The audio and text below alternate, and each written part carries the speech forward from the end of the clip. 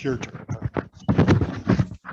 Good morning. Our speaker today is Jim Fairbanks, who's sitting back there in the back, hiding, I think.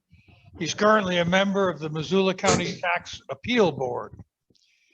So he's the hearings officer for Montana tax-paying public that is challenging assessments or an assessment evaluations. He's been a member of the board for 10 years, and I understand that May Hessman is also a member of the board.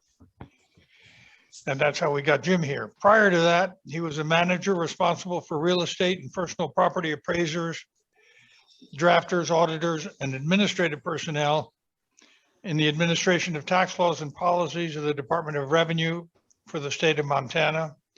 His responsibilities included Missoula, Lewis and Clark, Ravalli, Powell, Mineral, and Granite counties. He's a certified appraiser for residential, commercial, and agricultural properties. Please join me in welcoming Jim Fairbanks.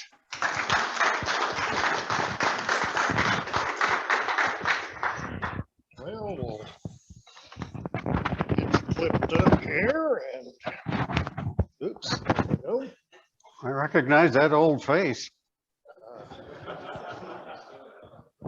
How old is it? 77?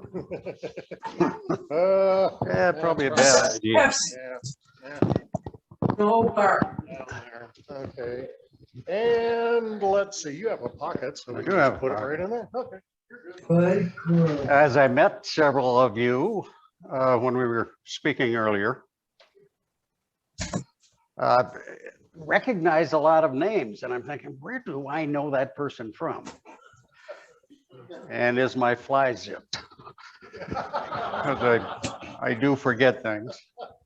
And it occurred to me that there are times when our children start to recognize what we do for a living, which is kind of fun. And when I did more interesting things from the perspective of children, like being in radio or as an artist, that was fine. As a county assessor, it doesn't hold too many thrills for kids. I recall my daughter saying, "Just what is it you do, Daddy?" And I said, "You mean the county assessor thing?" He said, yeah, that thing. And I explained a little bit. She said, "Good. You're going to talk at our school next week about that." And I thought, oh, in front of a bunch of kids, that's going to work. And you'll be right after Susie's dad. You're going to put me after the firefighter? Come on and talk about taxes? Probably not a great idea.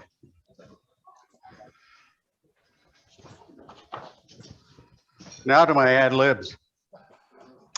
As citizens, we are obligated to fund the needs of our communities by contributing in accordance with our financial abilities. I always thought that made sense. That concept of ad valorem tax establishing individual responsibilities. In Montana and many other states, there are two standards in law that are controlling with respect to valuation. That's personal property, but mainly real property. And those standards are that all property is assessed at 100% of its value. And the second standard is the equity standard, that you treat everybody the same. Those are critical, and it's something that as May and I sit on the tax appeal board and hear complaints and challenges to value, it's very important. And it's important to you as taxpayers to appreciate if the Department of Revenue is doing a decent job in valuing property.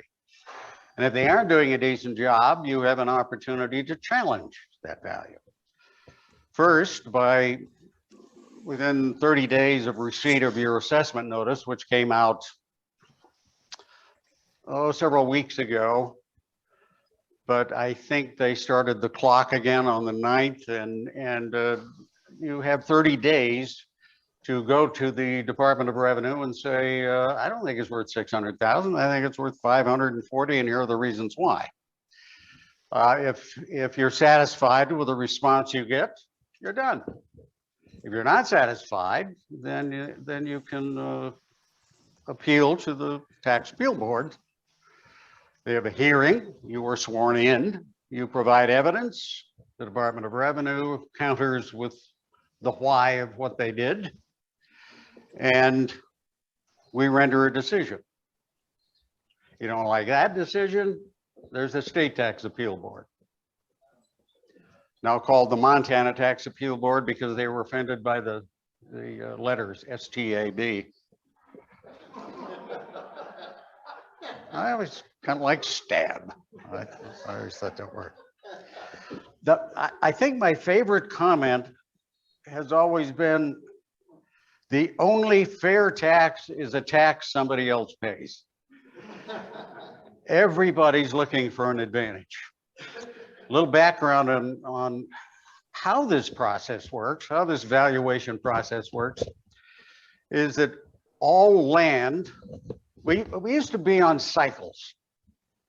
If you get an appraisal for your house or your business, it typically is valued upon the date that the appraisal is submitted.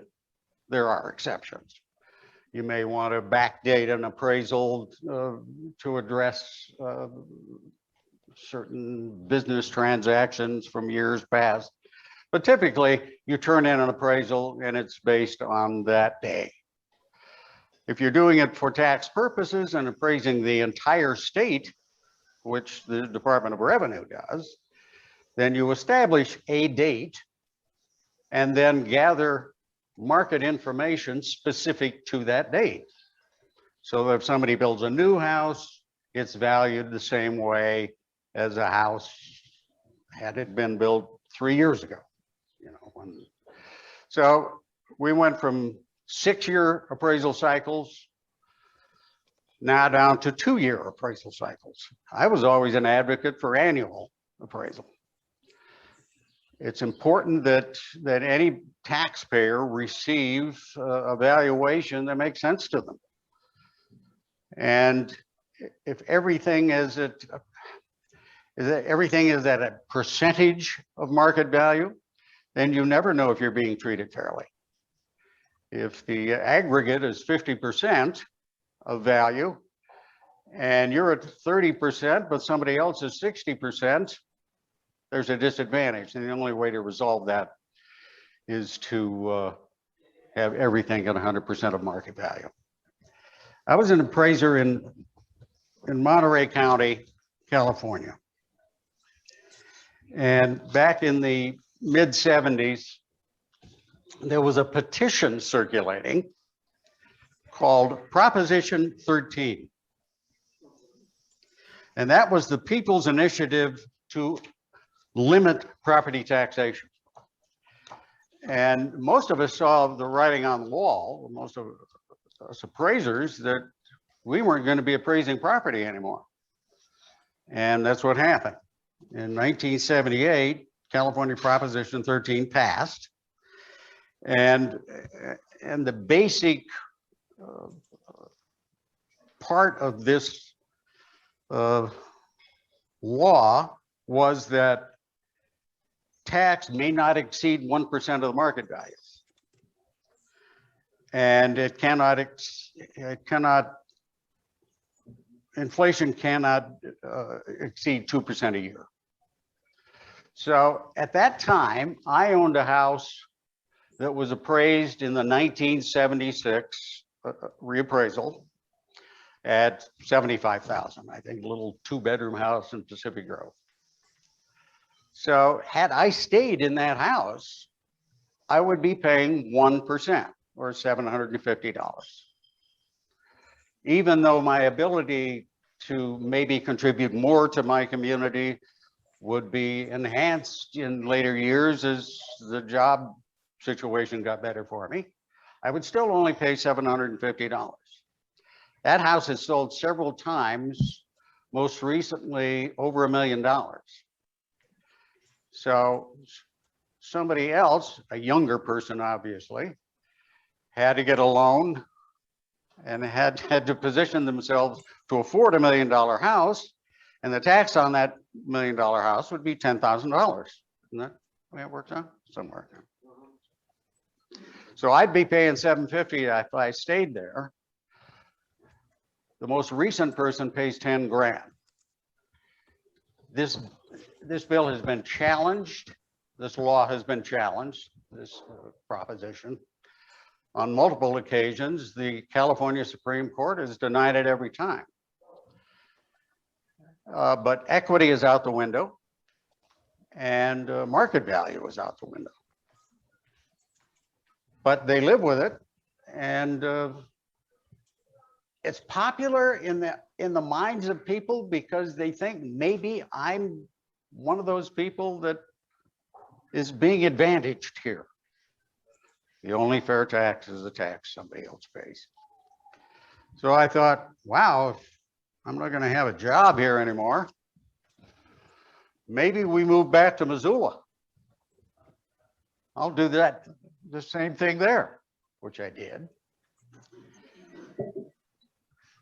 And in 1972, Montana had a constitutional convention where you may revisit your constitution.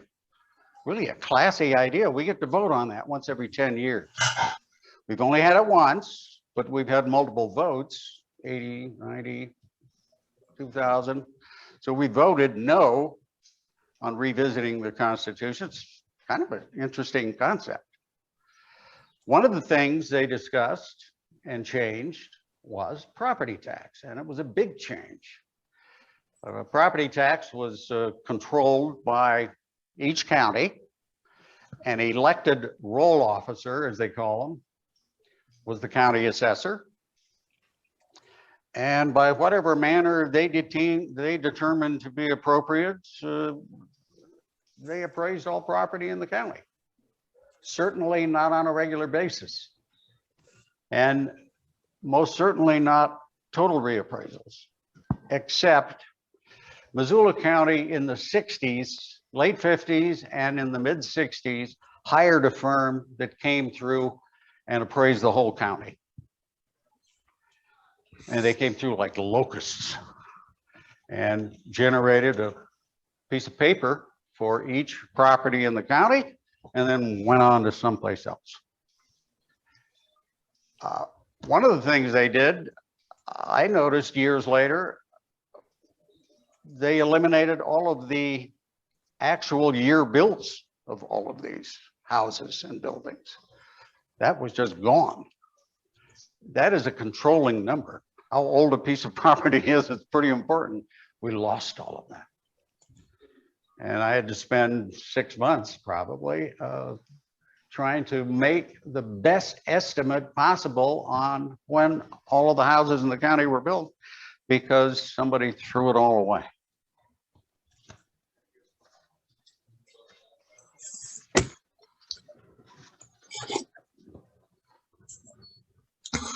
There are 56 counties in this state. Each had an elected county assessor. The argument was at the Constitutional Convention that undue influence from the county commissioners or friends of the assessor caused the tax roll to be a bit uneven. And there were a lot of complaints. And some county commissioners thought, well, there are statewide levies, at least, and I've forgotten, I've been out of this business for 16 years, but 50 or 60 mills is a statewide levy that goes for schools that is applied against all property. And some county commissioners reasoned if we keep all of our values a little bit lower, then maybe our county residents won't be hit as hard. So it was very uneven. And then the Department of Revenue, whose only obligation was as, what do we call that at then? The Board of Equalization. They would go in and look at every county, do sales ratio studies and see how well they were doing, getting close to market, and then apply pressure to the counties. The Department of Revenue then became the authority and started reappraising property. And you do that by appraising every piece of land as of a specific date. This is a reappraisal year, so all property is reappraised this year. The date for the reappraisal is January 1st, 2020, because it takes a year to do the work, some months to get the finalized numbers, and then mail it out so we get it a year later. So the value you just got is based on January 2020. And the department looks at sales of all bare land and develops computer-assisted land pricing models. They apply a cost approach, a depreciated cost approach. You know, what would it cost to replace this building minus wear and tear?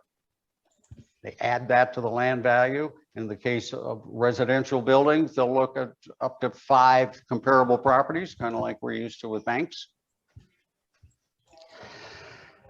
And with commercial properties, they do the land value, the depreciated cost value, and an income value.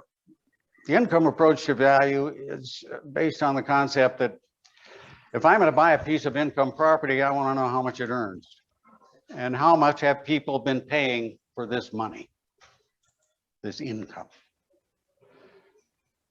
And you look at that in the marketplace and develop a capitalization rate. The cap rate is the relationship between income and value. And that's where 10%, 8%, 7% cap rate comes from. It's a relationship typically, although there are other ways of arriving at it. It's a relationship between income, net operating income, and total value. So commercial property, income, costs, market land value. Residential property, they look at 5 comps plus depreciated cost plus market land.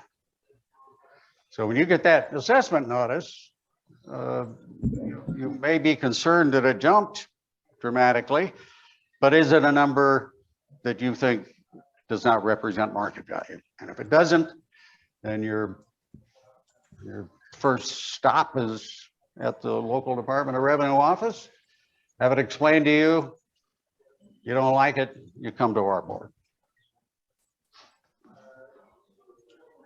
Any clarification needed for any of that? Yes, sir. If you have that of Airbnb, a residential property that used to be not income producing, is now income producing, how is that taken into account? Well, you know, from an appraiser's perspective, what I would look at is how would this property sell? Would it sell for as an Airbnb? Does a potential buyer want to continue doing that?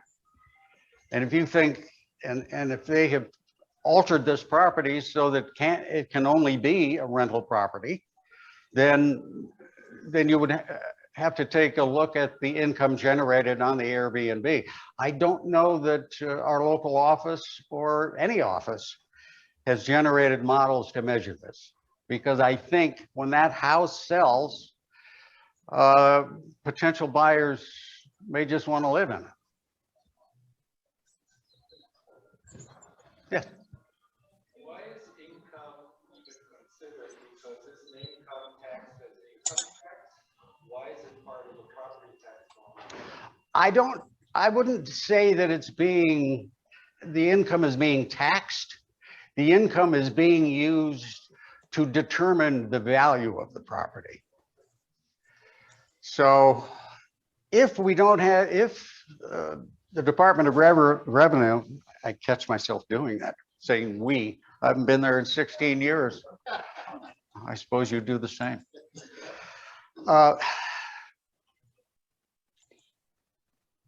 If you don't, it could be a piece of property that maybe the Department of Revenue hasn't generated a model for, so they'll have to use depreciated cost. So I understand your question, but I wouldn't characterize it as being a tax on income. It's just that income is being used to determine the property's value. And it should match up well with the depreciated cost value. The depreciated cost value is a good benchmark. Yes. No bark.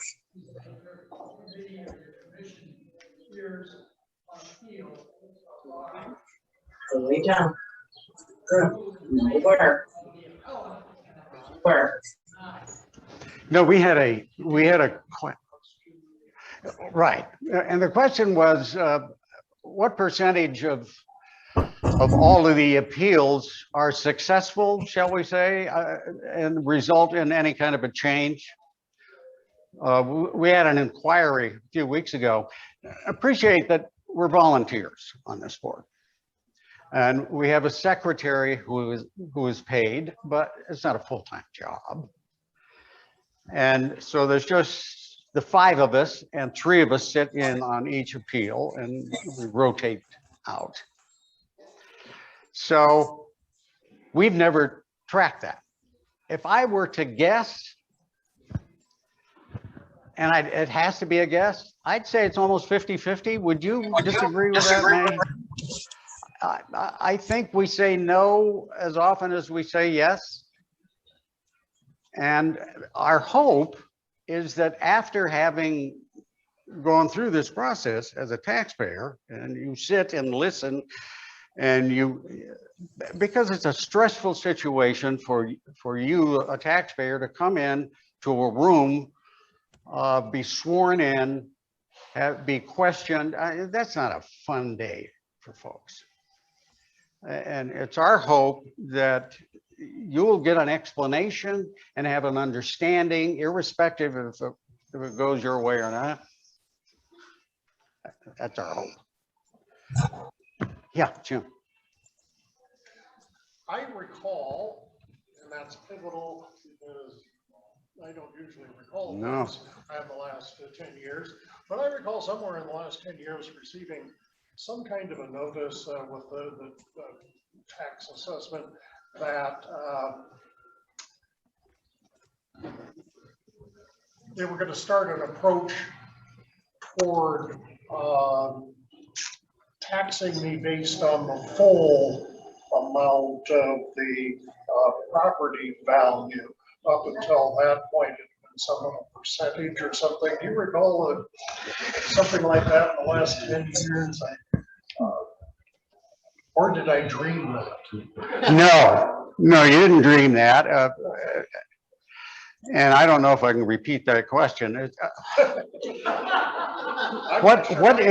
What has changed in the percentage of the property you're being taxed on? I think is generally what you asked. There are 3 elements to the property tax. The Department of Revenue comes up with value. The property is worth this. And if you ask, here are the reasons why. The local government comes up with the mill levy. And all the mill levy is, this time of year in August, typically, the local assessor's office or the Department of Revenue adds up the value of all districts. And a district would be a fire district. It would be one of the 14 school districts. And each one of those has a boundary. And the local office adds up the value of all property in that boundary. And in August, the Department of Revenue hands that number to each one of these taxing jurisdictions. They divide that into their budget. That's the mill levy. And when they make up the tax bill, they say, okay, I know I have to pay for city, and I have to pay for county, and I have to pay for this school district. They add all those mill levies, and that's what we end up paying on. So the third element is the legislature's involvement. And they provide a percentage. The legislature also, in their wisdom, decides to do things a little bit differently. And one of the things they decided to do a few cycles back was to phase in the reappraisal value. I think that's what you're talking about. Hey, So that's. don't do that anymore. But if you waited 6 Oh, years okay. before, I'll get into that. since the last reappraisal, Thank you. it may jump $100,000, right? And it may be, Oh, maybe, yeah, no, I'll get well, it. I don't recall many going down, but certain properties haven't historically jumped as much as others. I used to notice that condominiums didn't seem to jump as much as other residential properties at some period. And certain commercial properties maybe lagged residential properties in certain areas. Or residential properties in this part of town didn't jump as much as this part of town, that kind of thing. So they thought, well, let's ease the transition to this new number by cutting that $100,000 jump into 6 pieces.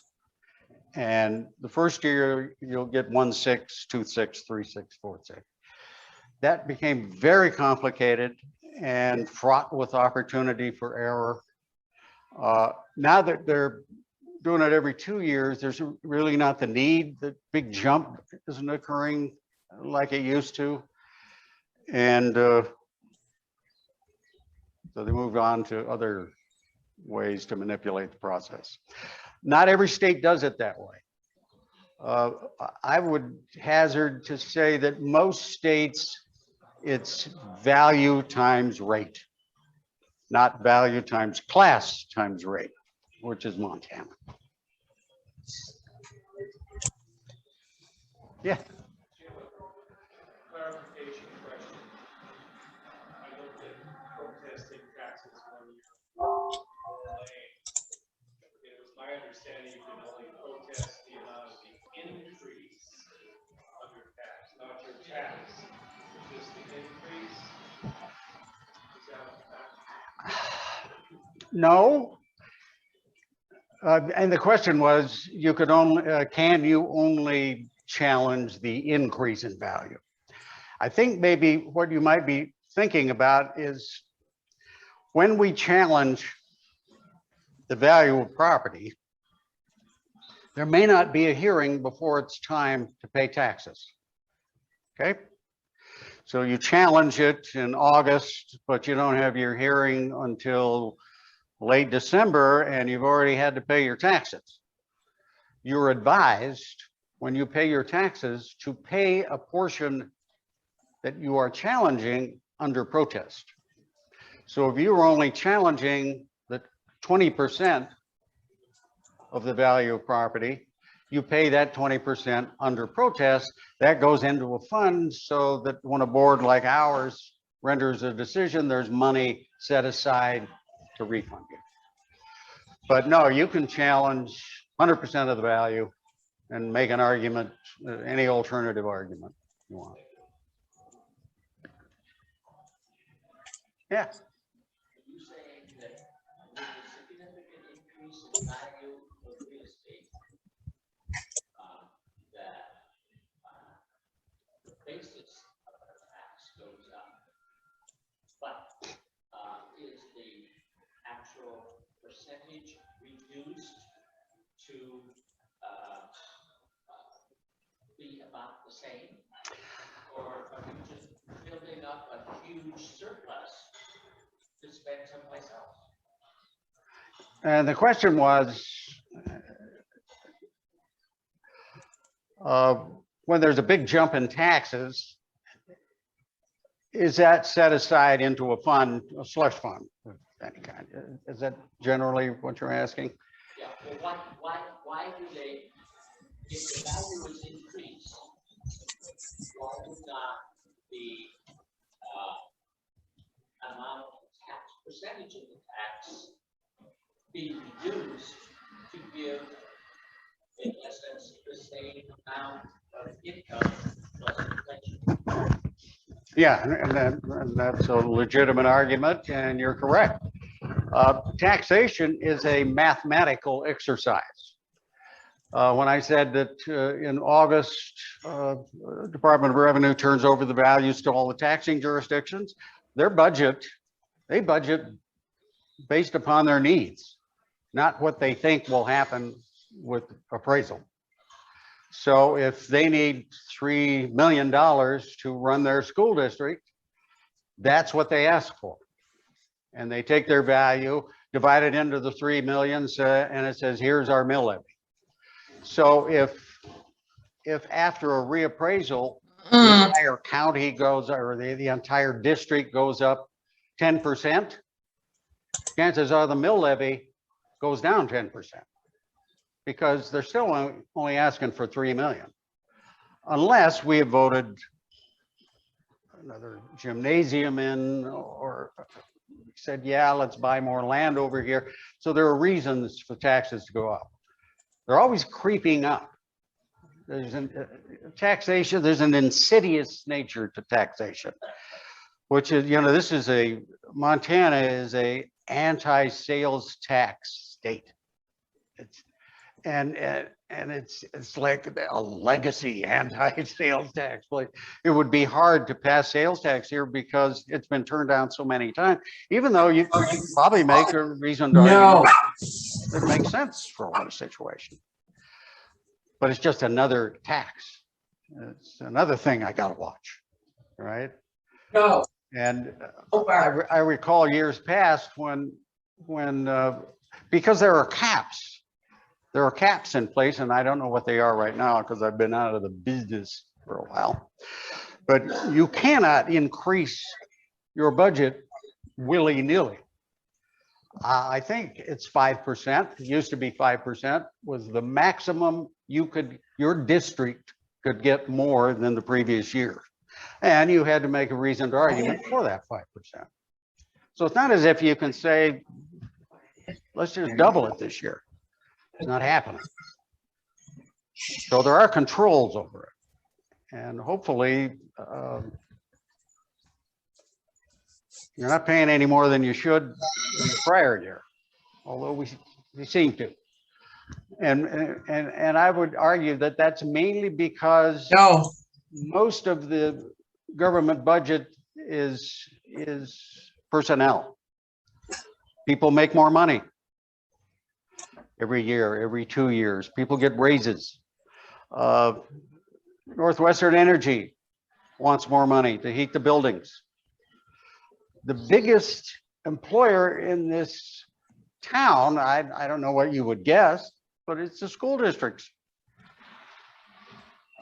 Anywhere from 60 to 80% of our taxes are school taxes.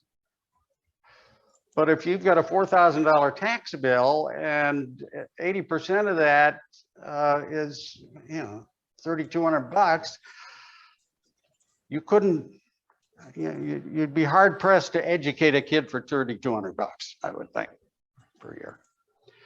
But that's the biggest chunk.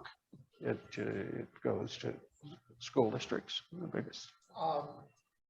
Do you normally hear from regular run-of-the-mill folks with well-articulated arguments in protesting their tax, or do you see some wacky people? Yeah, there are people that don't like no,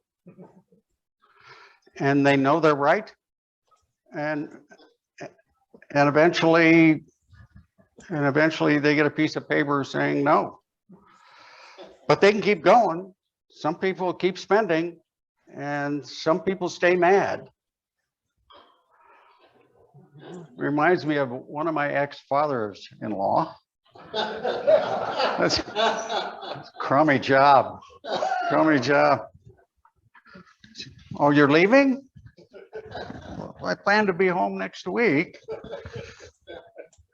I was still angry with the Red Cross because they quit serving donuts in World War II. He's held on to that, and we do that, I think, from time to time. Yeah. I think you mentioned in your opening mission that it's based on ability to pay, or should be ideally. So maybe you address the equity part of the property tax? Somebody's lived in the house for 40 years and is on social security, and his neighbor who buys a house cash, has plenty of income, both pay the same property tax based on the value. There are programs, and the question was based on equity, and you're saying should everybody who has $1,000 or a $3,000 tax bill, not every $3,000 tax bill has the same income to be pointed toward that. You're correct about that. So the equity is that that house should always be appraised at $3,000 or $300,000 no matter where it is, right? So that's the equity part. There are programs that discount from 90% down to 10% based on income.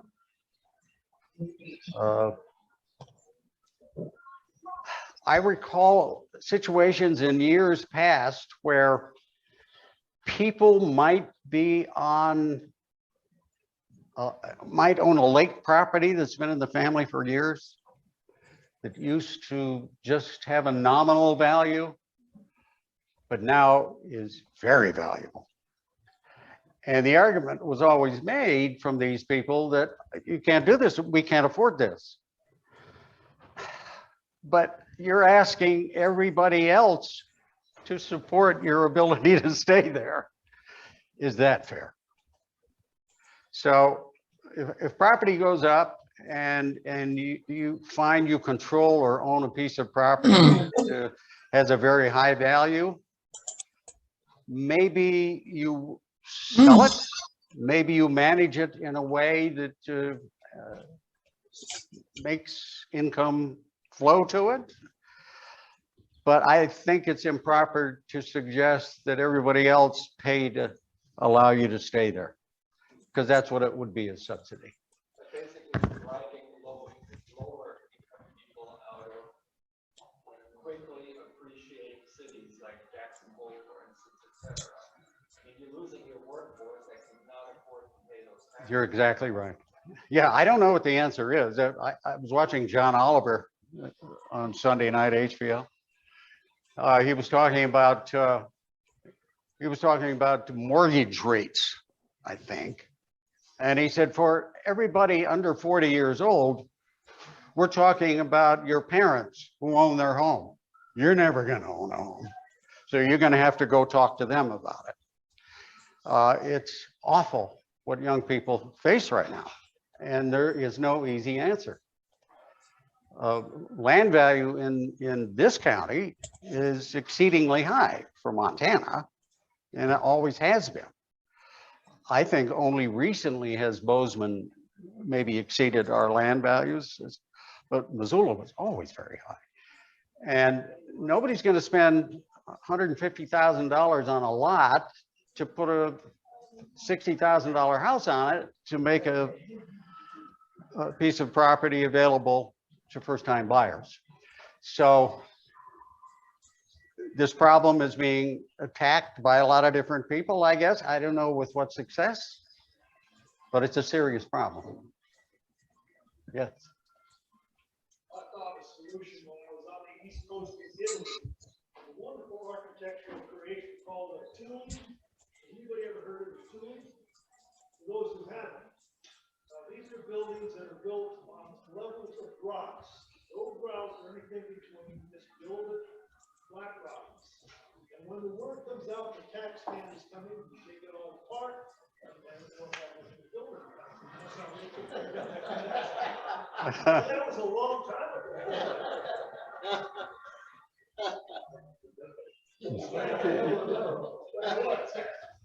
ago. There's French architecture known as a mansard roof, where the top floor of many buildings in France, we all notice a picture of Paris, or of course Larry's been to Paris, but that top floor has a like a roof that is slanted like this, and then with dormers coming out, because for a long period of time, they discounted the taxes because it was an attic, right?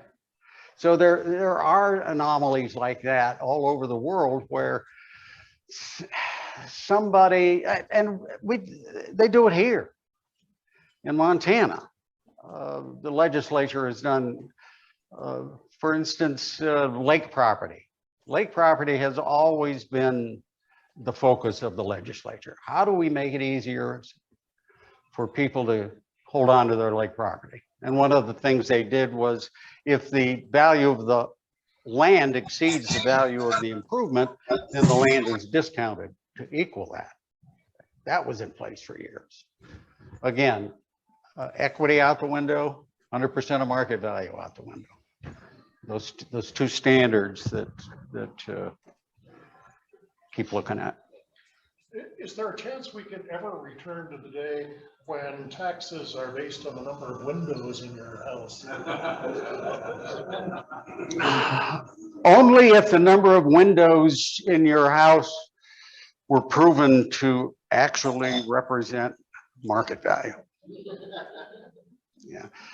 I mean, they used to send around a guy with a clipboard in this town back in as recent as the 50s and early 60s.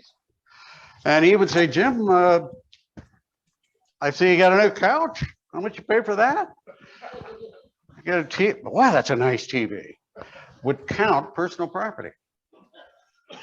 It then became, as a matter of fact, they probably spent more time doing that personal property survey than appraising the building, which is where the value is.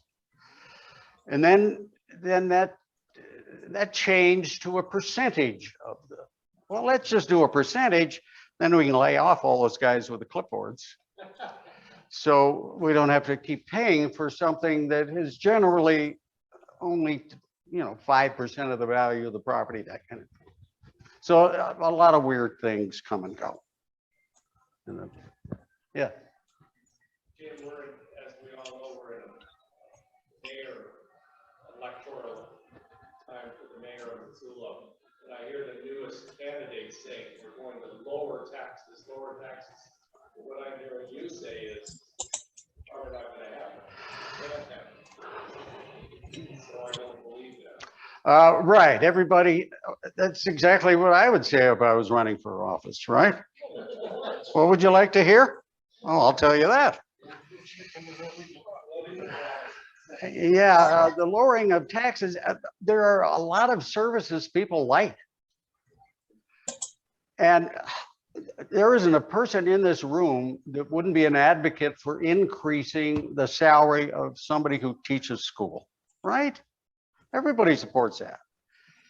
Do you know what that means? The 60 to 80% that's already going to school would jump precipitously. So we know you all want to see higher salaries for teachers. Here's what it would cost. Oh, maybe I'll think about that for a while. So you're right. There are a whole lot of services that cost a whole lot of money, and people is what, every time I did an annual budget for all those counties, it's always people. That was always the big nut.